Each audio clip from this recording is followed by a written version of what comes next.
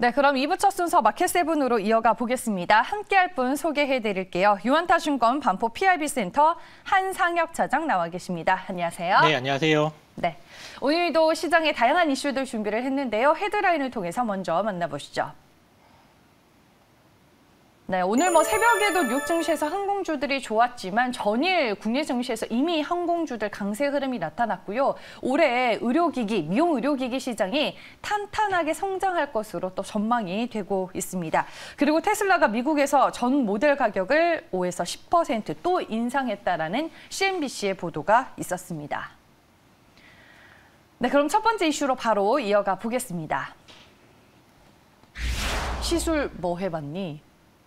네. 저한테 물어보신 거예요? 네. 혹시 차장님이 시술 해보신 거 있으실까요? 전 빼봤습니다. 네. 남자분들은 그렇죠. 전 빼는 게 최고의 시술인데 여성분들은 다들 공감하실 거예요. 슈링크 등등등 네네. 해가지고 많이 하는데 어제 이제 한 리포트가 또 나왔더라고요. 리오프닝 수혜와 더불어서 올해 지금 미용 의료기기 시장이 상당히 크게 성장할 것이다. 이런 전망이 있던데 좀 어떤가요? 맞아요. 네. 해외는 이제 마스크를 벗기 시작했죠. 그러니까 제가 미국에 사는 지인들한테 물어보면 네.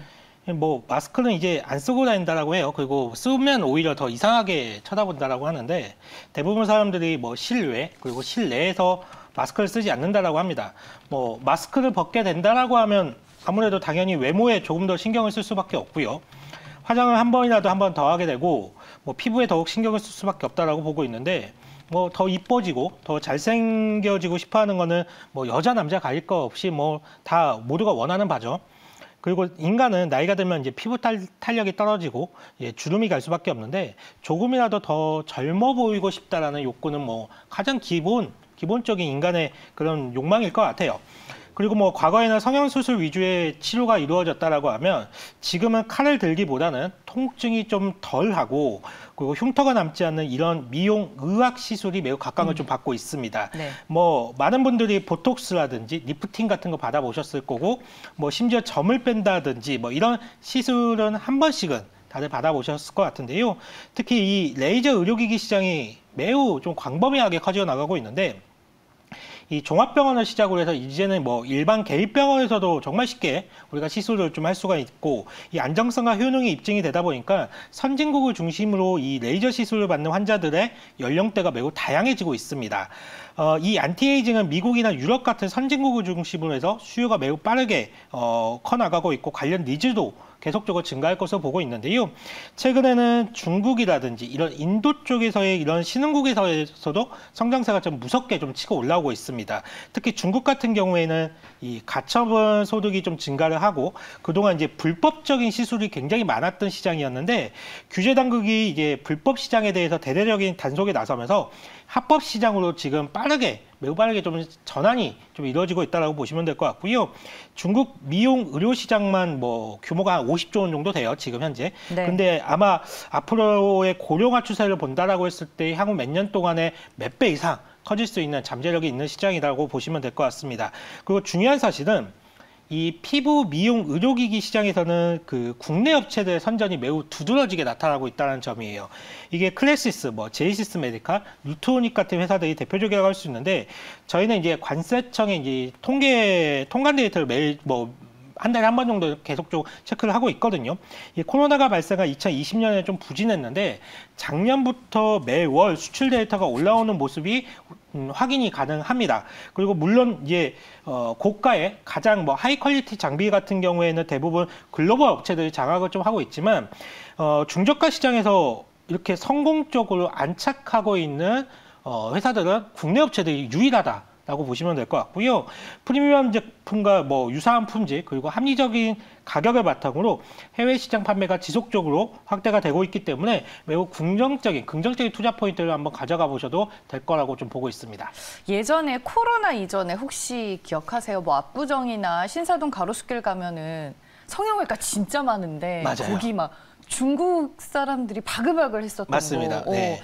약간 피부 미용 의료기기도 지금은 좀 막혀 있기 때문에 그렇지만 이거는 그리고 또 제품이 수출되는 거니까 네. 유럽이나 미국을 중심으로 그리고 이제 중국 시장은 개화되고 있다. 좀 그렇게 해석을 하면 되는 거네요. 예, 맞습니다. 알겠습니다. 그리고 이제 보니까 미용 그리고 의료기기만 있는 게 아니라 보툴리눔 톡신 기업들도 시장에 있잖아요. 맞아요. 있죠. 매우 큰 시장이죠. 증권가에서 상당히 또 높은 평가를 주고 있던데 보툴리눔 톡신 기업들은 어떤 모멘텀이 있는 거죠? 이게 그러니까 가장 지금 시장에서 본질은 마스크를 벗는다에 대해서 이제 찾아봐야 될 것 같거든요. 네. 그러면 이제 미에 대한 관심이 높아질 수가 있다. 이게 이제 중요한 투자 포인트가 될 수가 있고. 여기는 뭐 보톡스나 필러 쪽이 되는 거죠? 그렇죠. 네. 그러면 당장 생각해 볼 수 있는 것들이 이제 화장품 종목들도 있을 수가 있고 이런 톡신 업체들도 있을 수가 있는데 이제 엊그제 이제 중국에서 코로나 확진자 급증에 따른 이 봉쇄 조치가 좀 취해졌잖아요. 그리고 국내에서도 사드의 추가 배치 얘기가 좀 나오고 있으니까 중국 쪽 매출 비중이 큰 화장품 쪽에서는 전반적으로 투자 심리가 좀 얼어붙게 되었습니다. 그러면 남은 것은 이 톡신이라든지 피부 미용 의료기기 쪽이 될 것 같은데 앞서 피부 미용 의료기기에 대한 성장성을 말씀을 드린 바가 있는데 톡신 쪽은 사실 그동안 좀 논란거리가 좀 있었죠. 그러니까 지난 11월에도 국내 식약처가 국가 출하 승인을 받지 않은 보톡스를 판매했다는 이유로 뭐 국내 일부 업체에 대해서 제품에 대해서 폐기 명령을 내린 바가 있었고요. 국내 보톡스 시장 같은 경우에는 뭐 휴젤, 메디톡스, 대웅제약 이 3사가 거의 다 점유하고 있는 시장이라고 보시면 될 것 같은데 그렇기 때문에 신규 진입자가 시장에 진입하기에 상당히 까다로운 시장이기도 합니다. 그리고 뭐 이쪽도 뭐 내수용에만 머물지 않고 결국은 수출을 통해서 성장성을 이루어나야 되는 경쟁력을 확보해야 되는 시장이기도 하고요. 톡신 업체들 역시 대부분 업체들이 그렇지만 중국 시장에 그동안 상당히 많은 공을 들여왔었어요. 그렇기 때문에 이 부분이 중국 시장에 상당히 공을 들였다는 부분이 화장품 업체들과 마찬가지로 고민을 한번 해볼 필요가 있다고 보고 있는데요. 다만 대웅제약은 조금 움직임이 다르죠. 네. 대웅제약 같은 경우에는 이 나보타 같은 경우가 미국 에볼루스를 통해서 미국 시장을 공략하고 있는데 최근에 이제 톡신에 대한 가격적인 부담감을 가진 젊은 층을 공략을 하고자 SNS를 통한 마케팅을 한다든지 대대적인 프로그램을 운영을 하면서 미국 시장에서 좀 빠르게 좀 마케팅을 벌이고 있거든요. 작년 1분기에 미국 ITC 소송으로 판매가 제대로 안 됐음에도 불구하고 작년 매출액이 1억 달러를 기록을 했는데 역시나 뭐 올해는 작년 이상의 상당히 괄목할 만한 성과를 기대해 볼 수 있다라고 보고 있어서 톡신 쪽을 보신다라고 하면 대웅제약을 한번 보시는 게 조금 상대적으로 좀 유리하다라고 좀 정리를 해드리도록 하겠습니다. 중국보다는 이제 미국 시장 위주로 하는 업체로 보자. 그게 대웅제약이다라고 예, 맞습니다. 말씀을 해주셨습니다. 이게 뭐 미용 의료기기 하면은 시장에 존재하는 종목들이 딱 몇 개 손꼽히잖아요. 좀 우열을 가리기가 솔직히 힘들긴 해요. 차장님께서는 그러면 제일 좋게 탑픽으로 보는 종목은 뭐예요? 뭐 말씀하셨지만 정해져 있어요 시장에서. 맞아요. 네. 피부 미용 의료기기 업체들이라고 하면 클래시스, 뭐 제이시스 메디칼, 그리고 루트로니, 그리고 좀 작은 종목은 이루다라는 종목도 있습니다. 시가총액이 얘는 좀 작은데 뭐 이 정도가 있을 수가 있겠는데 저는 이 중에서 제이시스 메디칼을 한번 말씀을 드려보고 싶습니다. 이 글로벌 회사인 이 사이노슈어하고 이제 고주파 장비인 포텐자 ODM을 좀 공급 계약을 통해서 연간 한 350대 이상의 판매 개런티 물량을 확보를 하면서 글로벌 시장에 좀 진출한 회사인데요. 작년에 뭐 최대 실적을 기록을 했고 특히 좀 의미가 있는 부분은 이 소모품 매출액이 상당히 크게 증가하고 있다는 점을 한번 꼽아볼 수가 있을 것 같아요. 이 미용 의료기기 장비를 설치한 이후에는 주기적으로 뭐 카트리지도 바꿔줘야 되고 이 핸드피스라든지 이 소모품 수요가 계속적으로 일어날 수밖에 없거든요. 근데 이 장비 설치 대수가 많아지면 많아질수록 이와 관련된 소모품 수요는 당연히 커질 수밖에 없는 거고요. 특히 올해에는 이 사이노슈어의 물량을 한 350대에서 500대까지 좀 확대가 될 전망이기 때문에 미국 시장에 대한 본격적인 침투가 가속화된다? 이런 측면을 본다라고 했을 때는 제이시스 메디칼이 상당히 좀 긍정적인 포인트가 있다라고 좀 볼 수가 있겠고요.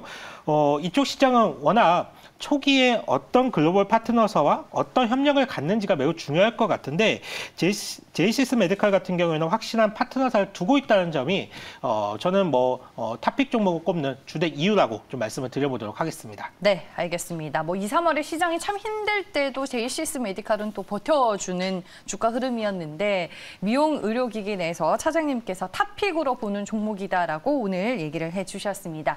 첫 번째 시술 뭐 해봤니로 저희가 이슈 만나봤고요. 다음 이슈 넘어가 보겠습니다. 네, 올해 진짜 떠난다입니다. 항공주 얘기가 될 텐데 오늘 이제 뉴욕 증시에서도 항공주들이 강했지만 어제 이미 국내 증시에서 이쪽 섹터가 세게 반응을 했습니다. 유독 강했었던 배경이 뭘까요? 최근에 이제 항공주의 강세 배경은 한 두 가지 정도로 한번 꼽아볼 수가 있을 것 같아요. 첫 번째로는 이제 고공행진을 계속적으로 이어오던 유가가 한풀 꺾였다. 네. 이 부분을 한번 들 수가 있을 것 같은데요. 지난주 후반까지만 하더라도 뭐 WTI 기준으로 한 120불, 뭐 130불에 육박했던 유가가 지금은 이제 100불 밑으로 지금 내려왔습니다. 러시아와 우크라이나의 협상이 진행되는 가운데 뭐 아직 구체적인 결과물은 나오지는 않았지만 뭐 그래도 협상을 계속 이어간다는 측면. 이 부분이 매우 중요할 것 같고요. 협상을 이어간다는 측면이 결국은 외교적인 해법을 가지고 대화의 의지가 있다는 것이기 때문에 유가의 상방을 제한하는 요소라고 좀 볼 수가 있을 것 같습니다. 일각에서는 외교적 해법의 실마리가 좀 구체적으로 보인다는 얘기도 좀 나오고 있고 우크라이나의 지정학적 리스크가 줄어든다라고 했을 때는 유가는 좀 빠르게 안정화가 보일 수 있다는 측면. 거기에 이어 최근에 이제 어떻게 보면 이거는 장단이 좀 있을 것 같은데 중국에서 이제 코로나 확산으로 인해서 경제 봉쇄 조치가 취해지자 이 유가에 대한 수요 감소 전망이 좀 나오면서 유가가 좀 빠지고 있습니다. 항공업계 입장에서 본다라고 하면 이렇게 유가가 빠진다는 것은 매우 반가울 수밖에 없는 소식이거든요. 항공업계의 비용이라고 한다라고 하면 대부분이 기름값 그리고 비행기 리스에 대한 이자비가 대부분이라고 좀 보시면 될 것 같은데 유가는 뭐 유류 할증세라고 해서 일정 부분 가격 전가를 하고는 있지만 고유가 상황이 항공업계에는 부담이 될 수밖에 없는 상황입니다. 이 강세 배경의 이 항공업종에 대한 강세 배경의 또 다른 이유로는 이 정부가 접종을 완료한 모든 입국자를 대상으로 입국 후에 7일간 했던 이 격리 제도를 폐지하기로 한 거, 이 부분도 얘기를 안 할 수가 없을 것 같은데요. 접종을 완료하고 접종 이력을 등록한 사람은 다음 주 월요일부터 격리가 면제가 되는 건데 사실 우리가 해외여행을 못 갔던 이유가 이 격리라는 부분이 맞아요. 상당히 부담이 컸었잖아요. 네. 뭐 다음 날부터 출근을 해야 되는데 7일 동안 또 격리하면 출근도 못하고 이런 부분들이 상당히 좀 부담을 작용하면서 해외여행에 대한 수요를 많이 감소시켰었는데요. 이제부터는 점차 해외여행에 대한 부담감도 사라질 것이고 항공업계 역시도 항공 노선이라든지 운항 횟수를 단계적으로 확대하겠다라고 밝히고 있습니다. 해외 사례를 본다고 하더라도 격리 제도가 좀 해제가 되면 해외 여행 예약 수요가 급증한 모습을 우리가 확인을 한 바가 있었기 때문에 국내도 이와 같은 유사한 사례로 좀 이어질 것이다 라는 전망이 좀 힘을 싣고 있고요. 수요 증가에 맞춰서 항공권 가격도 올라갈 가능성이 다분하기 때문에 뭐 전반적으로 항공업종, 항공업황에 대한 긍정적인 분위기가 계속적으로 연출이 되고 있다라고 정리를 해드리도록 할게요. 서두에 유가 얘기를 해주셨으니까 차장님께서는 유가 흐름은 어떻게 보세요? 이 선에서 계속 이제 움직일 거라고 보세요? 아니면 다시 위로 갈 거라고 보세요?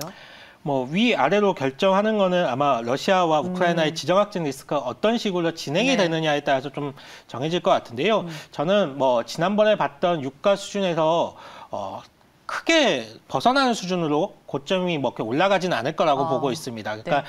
여기서 뭐 급하게 떨어지지는 않겠지만 그래도 뭐 하향 안정화 추세는 좀 접어들었다라고 좀 보고 있습니다. 네, 알겠습니다. 그리고 어제 이제 항공주들 강세 배경 속에 티웨이 항공이 유상증자 신주 배정을 앞두고 강했는데 제가 알기로는 이제 항공사들 유상증자 하면은 악재인 걸로 알고 있는데 어제 티웨이 항공은 왜 주가가 강했을까요? 한마디로 이제 맞을 매를 맞았다라고 보시면 될 것 같은데요. 네. 그동안 우리나라 항공업체들 같은 경우에는 이제 대한항공이라든지 이 아시아나항공 같은 FSC 업체들하고 LCC 업체들 간의 주가 차별화가 상당히 심했거든요. 이게 그 이유를 본다라고 하면 FSC 업체들 같은 경우에는 그동안 사람 대신에 화물에 대한 운임이 상승하면서 어느 정도 이익을 벌고 있었어요. 그렇지만 LCC 업체들 같은 경우에는 영업을 제대로 못하는 상황에서 자본 잠식에 대한 우려가 상당히 컸었거든요. 그래서 LCC 업체들한테 손이 안 나갔던 이유가 언제든지 유상증자를 진행할 것 같았단 말이죠. 맞아요. 그러니까 뭐 계속 자기 자본을 까먹고 있는 상황에서 유상증자는 선택이 아니라 결국은 시기의 문제였다는 게 아마도 주가를 매수하기에 굉장히 꺼려했던 이유였던 것 같은데요. 지난 2017년에 이스타항공이 자본장식이 이제 완전 자본장식 상태에서 우리가 주가가 어떻게 됐는지를 저희가 본 적이 있었던 터라 투자자들 사이에서는 매우 민감한 사안이 될 수밖에 없었습니다. 일단 작년에 제주항공이 무상감자 이후에 유상증자와 영구채 발행을 통해서 자금을 조달을 했고, 그 진에어 역시도 1,200억대 그 정도의 유상증자를 진행했거든요. 그리고 이번에 TA 항공도 유상증자가 마무리가 된다라고 하면 그동안 LCC 업체들한테 우리가 느꼈던 그 불안감은 일단락이 좀 되는 모습이 좀 연출이 될 수 있다라고 네. 좀 보고 있습니다. 알겠습니다. 그러면 차장님께서는 지금 시장에서 뭐 항공주나 여행주 산다, 안 산다 어떤 의견이신가요? 단도직입적으로 여쭤볼게요. 그러니까 리오프닝과 관련해서 그리고 주가가 상당히 많이 빠져 있다라는 측면만 본다라고 했을 때는 매수에 대한 반박 의견을 좀 드릴 수는 없어요. 이거는 분명할 것 같은데 다만 이제 제 개인적인 의견을 물어보신다라고 하면 네. 매수를 할 것 같지는 않습니다. 왜냐하면 이게 사실 이건 제 개인적인 생각인데 나빠 보여서 매수를 안 한다는 게 아니라 지금 시장에 워낙 많이 빠진 종목들이 너무 많아요. 그렇기 때문에 우선순위가 항공업종은 좀 뒤에 있다라는 말씀을 좀 드리는 거고요. 그러니까 뭐 유가가 하락한다. 그러면서 이제 항공업종이 올라갈 수 있다라고 보고 있지만 뭐 다른 원자재 가격들도 동반해서 하락을 한다라고 했을 때 그렇다면 원자재 가격 급등에 따른 주가 하락을 겪었던 그러니까 낙폭과대 종목들을 한번 우선순위에 좀 앞순위에 있다라고 좀 보고 있고 예를 들면 뭐 반도체 업종이라든지 2차 전지 업종 같은 경우가 될 것 같고요. 이 낙폭과대 컨셉으로 올라온다라고 하면 이들 종목들의 탄력성이 더 크게 나타날 수 있다라고 좀 보고 있고 그리고 리오프닝과 관련해서 접근을 한다라고 했을 때도 물론 이제 투자 컨셉은 매우 유효합니다. 유효하다라는 것은 저도 말씀을 드리겠지만 하지만 앞서 설명을 드렸던 피부, 미용, 의료기기 업체들 이런 업체들이 저한테는 좀 더 우선순위에 있어요. 네. 그리고 또한 이 부분을 좀 생각해 볼 필요가 있는데 작년에 항공 화물 운임이 상당히 높은 수준을 유지를 했었단 말이에요. 그런데 최근에 유럽 항공사들이 그 러시아에 대한 러시아 영공에 대한 운항을 중단했음에도 불구하고 항공 화물 운임이 점차 낮아지고 있습니다. 그렇다라고 하면 여객 운임 단가는 올라오고 항공 화물 운임은 좀 낮아지고 이거 어떻게 보면 빛과 그림자가 좀 동시에 좀 있을 수가 있기 때문에 저는 일단은 적극적으로 좀 임하고 있지는 않습니다. 시장에서 반등폭이 더 클 수 있는 업종과 섹터가 존재하기 때문에 항공주 차장님 개인적인 의견으로 좀 후순위에 두겠다라고 얘기를 해주셨습니다. 이렇게 정리를 하고 마켓세븐은 마무리하겠습니다. 유한타증권 반포 PIB센터 한상혁 차장과 함께했습니다. 고맙습니다. 감사합니다.